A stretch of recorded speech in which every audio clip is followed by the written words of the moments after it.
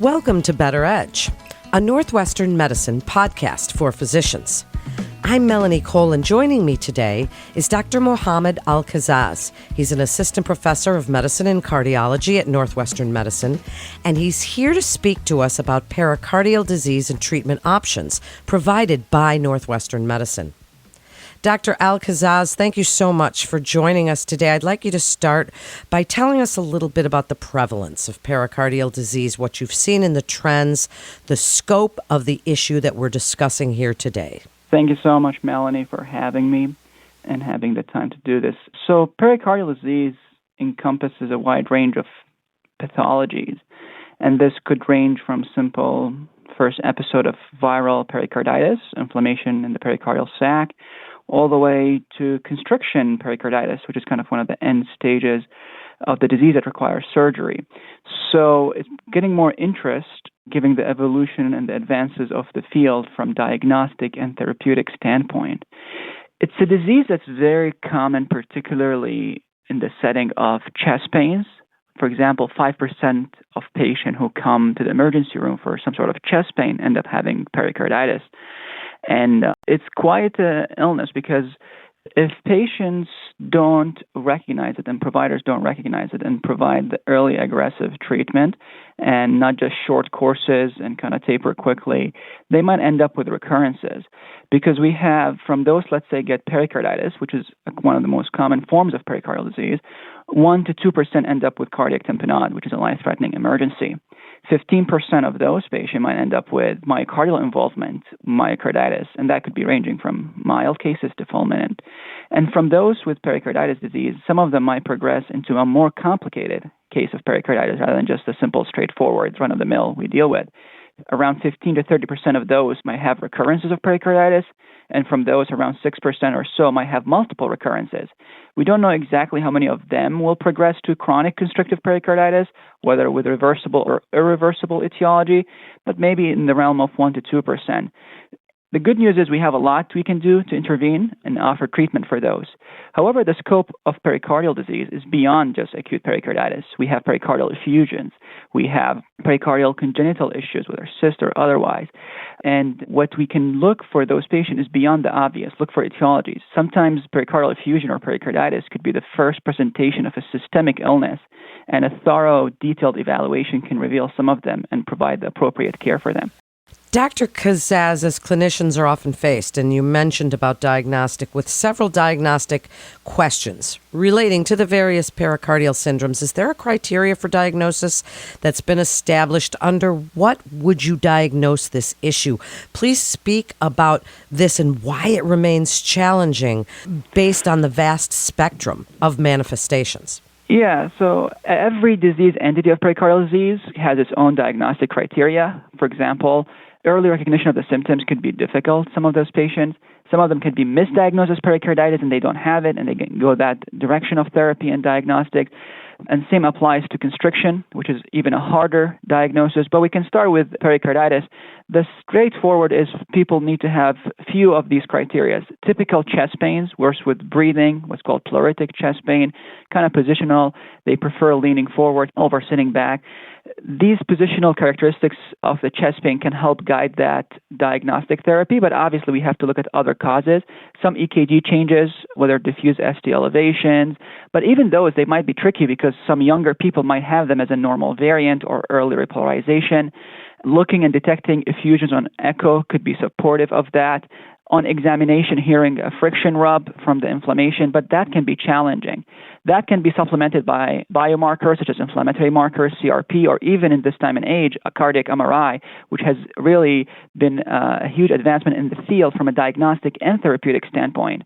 In terms of constriction, that requires really early recognition and understanding, especially in patients with heart failure who don't have a clear reason, or their workup reveals that myocardial is okay, it's unclear if it's myocardial or something else. You have to have a high degree of suspicion and using the right tools. That's why we're trying to build a center of excellence for pericardial disease treatment, as we do for mitral valve disease or coronary artery disease, where we have all the needed specialties, especially as the complexity of those pericardial disease patients is expanding. We need to have dedicated expertise to see them, to help help recognize them early, whether it's at the level of the referring physicians or, let's say, a primary care cardiologist send a patient for shortness of breath for an echo. And if the technologist notices some changes, we're trying to teach them and we're trying to expand the expertise, especially in our centers, to recognize them, because the clinician might not have recognized that constriction is the reason why this patient is having recurrent ascites or right-sided heart failure. Therefore, the early recognition, the right imaging, referring to the right expertise at centers of excellence will, one, improve the outcomes for the patient from not just a survival standpoint, but also from a quality of life standpoint. I speak about these two disease entities, especially the recurrent pericarditis and the constriction, because those are the most challenging aspects of it and require a multidisciplinary approach to it. Similarly to effusions, they could be simply related to inflammatory process or malignancies. What treatments do we offer them, whether surgical or medical? It's a complex decision-making, especially as those patients end up being very complex from a cardiac standpoint and a medical standpoint. Wow, you made such good points, and it is such a complex situation that does require that multidisciplinary, comprehensive approach. So tell us about your experience in treating patients with the various pericardial diseases, and tell us a little bit about some of the options at Northwestern Medicine for treatment. So Northwestern Medicine is committed to a patient-centered and multidisciplinary approach. It's a very collaborative environment. And this is kind of the essence and the heart of cardiovascular disease treatment in general and pericardial disease in particular. So, for example, to get the right diagnosis, we need multidisciplinary interaction between the cardiologist, the specialist in pericardial disease, as well as our cardiac imaging staff and faculty who have expertise in looking at some of the nuances, differentiating pericardial fat from fluid, from thickening, from different aspects in MRI. So, for example, from a diagnostic standpoint, we need state-of-the-art, which we have in cardiac imaging, whether echo, the expertise to do it, cardiac MRI, CT. Beside our research protocols, we're just talking about the center of care clinical aspects. So good, accurate, well-done imaging is the cornerstone of it. Then diagnostically, it's followed by specialized interventional cardiologists who do dedicated studies for simultaneous right and left heart catheterization to confirm the diagnosis if needed. At this time and age, our imaging has so advanced with the right expertise and discussion, we might not need to do that invasive diagnostic testing, but it's an option in some of those less clear-cut cases. The second aspect of it in terms of what do we do with those patients once we have them? The first thing, whether let's say is constriction or recurrent pericarditis, is having the right multidisciplinary people seeing them. For example, if the recurrent pericarditis is driven by an autoimmune disease or a systemic process, we get our rheumatologist to see them and chip in and kind of have a discussion what's the best next step. If it's a constriction case with no clear identifiable etiology and based on MRI imaging, there is no clear reason to suspect reversibility and we think it's more permanent and burnout, we need to have pericardiectomy, and we need those to be radical pericardiectomy, which means complete removal and resection. And only few surgeons can do as a good job as we want because of the risk of recurrence, and the outcomes from those surgeries in the past were not great. But now with the new advances in expertise, early recognition, and the skills of our surgeons, we have been able to have excellent outcomes. We have Dr. Doug Johnston, the chief of our cardiac surgery, who specializes in pericardiectomy. And having the privilege to work with him, he's fantastic, and he's so skillful that we have great outcomes. Because reaching the right diagnosis is not as helpful in those constriction pericarditis cases if we are not able to provide them the therapy with the best outcome and the least amount of risk. So if they need surgery, we end up offering it to them at the lowest risk with the highest benefit. So the multidisciplinary between rheumatology, cardiology, cardiothoracic surgery, interventional cardiology, cardiac imaging, as well as oncology in some cases, if those were related to cancer etiologies or malignancies. As you can see, it takes a village to take care of some of those patients because they're so complex, and we work closely to each other to come as a heart team to make the right decision for them, let's say when they need surgery. However, some of those recurrent pericarditis patients or some of those patients with reversible constriction, they might have a big component of inflammatory process beside the systemic illnesses and other etiologies, and they could be idiopathic, and we offer them advanced therapies beside just the typical ibuprofen and NSAIDs and colchicine. Historically, we use steroids for some of those refractory patients, but the paradigm has shifted for treatment of those pericarditis patients to pull the trigger earlier for some of those biologic agents that we have, whether rilonacept has been shown in Rhapsody trial or anakinra, which target IL-1 interleukin, some of the pro-inflammatory cytokines we have, and by a different mechanism, they have shown freedom from recurrences of pericarditis much better than other traditional therapies. And we're able to wean them off steroids or high-dose ibuprofen or indomethacin, which have kind of a worse side effects profile, especially some of those patients who are younger.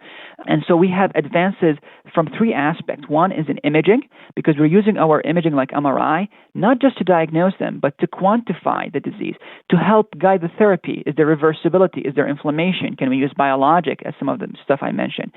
So it's guiding the therapy as well. We have advances in our therapeutic option beyond traditional anti-inflammatories like indomethacin or NSAIDs or colchicine for the recurrent pericarditis. We have these for rilonacept and echinra.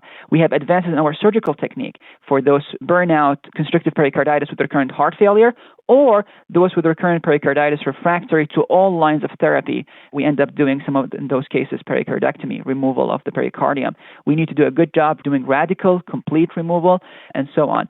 We even have expertise in dealing with radiation heart-related disease, because our cancer patient, let's say lymphoma patient in the past, they used to get higher dose of radiation.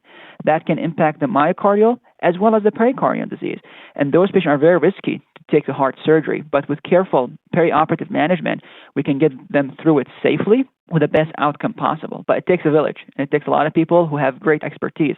That's why having a center of excellence is key in dealing with those complex pericardial cases. This is such a fascinating topic, and what a real multidisciplinary approach that is. You offered so many options that really make Northwestern medicine so unique. As we wrap up, Dr. Alcazaz, I'd like you to speak about any advancements that are on the horizon, anything you would like to see or research, publications, anything you'd like other providers to know about, and leave us with one parting expert piece of information, as this can be diagnostically challenging for clinicians. Please just leave your best advice for providers listening who may treat patients with pericardial disease. The field is evolving, and there's a lot of interest in pericardial disease, having a renaissance. And the advances that we see that I'm looking forward to are on a couple levels. One is a basic science level, where we're trying to figure out some of the mechanistic reasons for pericarditis or effusions, and understanding the role of, let's say, of the lymphatic system, finding ways to avoid draining some of those effusion with procedures like pericardiocentesis and using medical therapies. It's still early on, but it's ideas that hopefully down the road prevent procedures and allow us to offer treatments to patients without being invasive. It's early on, from basic science all the way to translational and clinical research, where we have advances in imaging that's not only just looking at edema with MRI or inflammation, but looking at the quantification of them, looking at early recognition, guiding the therapy. And the third aspect to it is the biologics. Those biologics are still kind of third line, let's say, treatment therapy, but the paradigm for treatment is shifting, that maybe we should use them earlier on. Maybe those patients with CRP that's elevated, that's the inflammatory markers, maybe we should now wait to use steroids. Maybe we should just pull off the trigger on rilonacept and echinra before the steroids to spare some of the side effects. There's some limitation to them, but that change in paradigm is interesting, and I'm looking forward to see where the field will take it. We're advancing therapies in the pericarditis realm, constriction realm, from a surgical and medical standpoint, improving diagnostic, and more importantly, understanding some of the mechanistic issues behind them to see if we can push the field forward. In terms of advice for patient or providers, whether it is for acute pericarditis, recurrent pericarditis, or even constriction for that matter, with reversible or irreversible etiology, I want to say one thing. The earlier the recognition we have of these processes, the higher the chance we can find a reversible etiology on systemic or organ-specific levels, such as the heart, because it will allow us to give maybe more aggressive anti-inflammatories, recognize a systemic illness that was missed, and treat them and avoid the advanced therapy, such as radical pericardectomy offered surgically. So the early recognition, the aggressive therapy early on are key aspect to the management of pericardial disease. And we do that in collaboration with our primary care doctor, general cardiologist, inpatient, outpatient, because the earlier we recognize it, the more we think of constriction as a reason for shortness of breath or right-sided heart failure. Maybe it's not the case, but we should think about it and decide, is it worth to work it up or it's unlikely? The reason for that, the more we look for it, the more we're going to find it. And the more we find, the earlier we recognize it, the more aggressive therapy we can offer and hopefully reverse the process before it becomes permanent or we reach the stage of burnout pericardium and we need surgical intervention from experts like Dr. Johnston. If needed be, we will take care of it. But the hope is we push the field more and more to earlier recognition and earlier treatments. What an excellent episode this was. Dr. Al-Kazzaz, thank you so much for joining us today and sharing your incredible expertise for other providers. To refer your patient or for more information, visit our website at breakthroughsforphysicians.nm.org/cardiovascular to get connected with one of our providers. And that wraps up this episode of Better Edge, a Northwestern Medicine podcast for physicians. Please always remember to subscribe, rate, and review this podcast and all the other Northwestern Medicine podcasts. I'm Melanie Cole. Thanks so much for joining us today.